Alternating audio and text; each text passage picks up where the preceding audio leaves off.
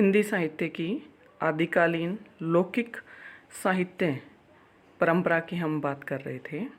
हमने विभिन्न ग्रंथों के बारे में बात की, जैसे ढोला मारूरा, दूहा, और इसी श्रृंखला में आगे हम बात करते हैं आदिकालीन लौकिक साहित्य में अगली रचना उक्ति व्यक्ति प्रकरण की।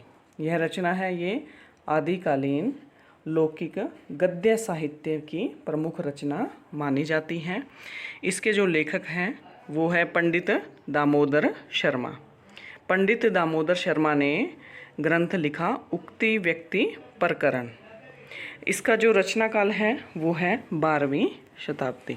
12वीं शताब्दी में इस रचना को लिखा गया था। और इस रचना के विशेष तथ्यों के बारे में अगर हम बात करें तो जो पंडित दामोदर शर्मा हैं वो महाराज गोविंद चंद्र के सभा पंडित थे। और इस रचना में बनारस और उसके आसपास के प्रदेशों की संस्कृति और भाषा पर प्रकाश डाला गया है। मुख्य बात यहाँ पे क्या है कि इस रचना में बनारस और उसके आसपास के प्रदेशों की संस्कृति और भाषा पर प्रकाश डाला गया है। नेट, मास्टर कैडर इत्यादि में ऐसे प्रश्न है वो पूछे जाते हैं कि बनारस की जो संस्कृति है तो वो कौन सी रचना में हमें प्राप्त होती है, या किस रचना में बनारस का वर्णन है वो मिलता है।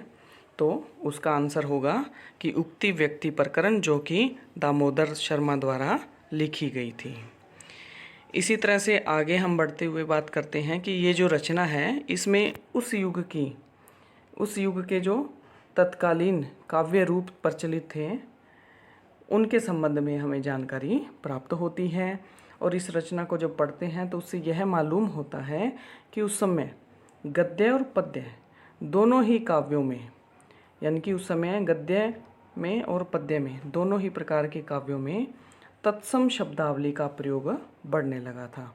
तत्सम से क्या अभिप्राय है, यानी कि संस्कृतनिष्ठ जो शब्दावली होती है कि संस्कृत के शब्दों का वैसा ही प्रयोग हिंदी में किया जाए तो वो तत्सम शब्दावली कहलाती है। तो उनका प्रयोग बढ़ने लगा था, ऐसा हमें उस उक्ति व्यक्ति प्रकरण नामक जो ग्रंथ है उससे हमें जानकारी प्राप्त होती है। और उस समय व्याकरण पर भी विशेष रूप से ध्यान है वो दिया जाने लगा था। तो यह आदिकालीन जो गद्य रचना है उसमें प्रमुख स्थान है उक्ति व्यक्ति प्रकरण का, दामोदर शर्मा द्वारा लिखी गई है, 12वीं शताब्दी की रचना है। तो इन जो विशेष तथ्यों को आप नोट करके याद कीजिएगा। धन्यवाद।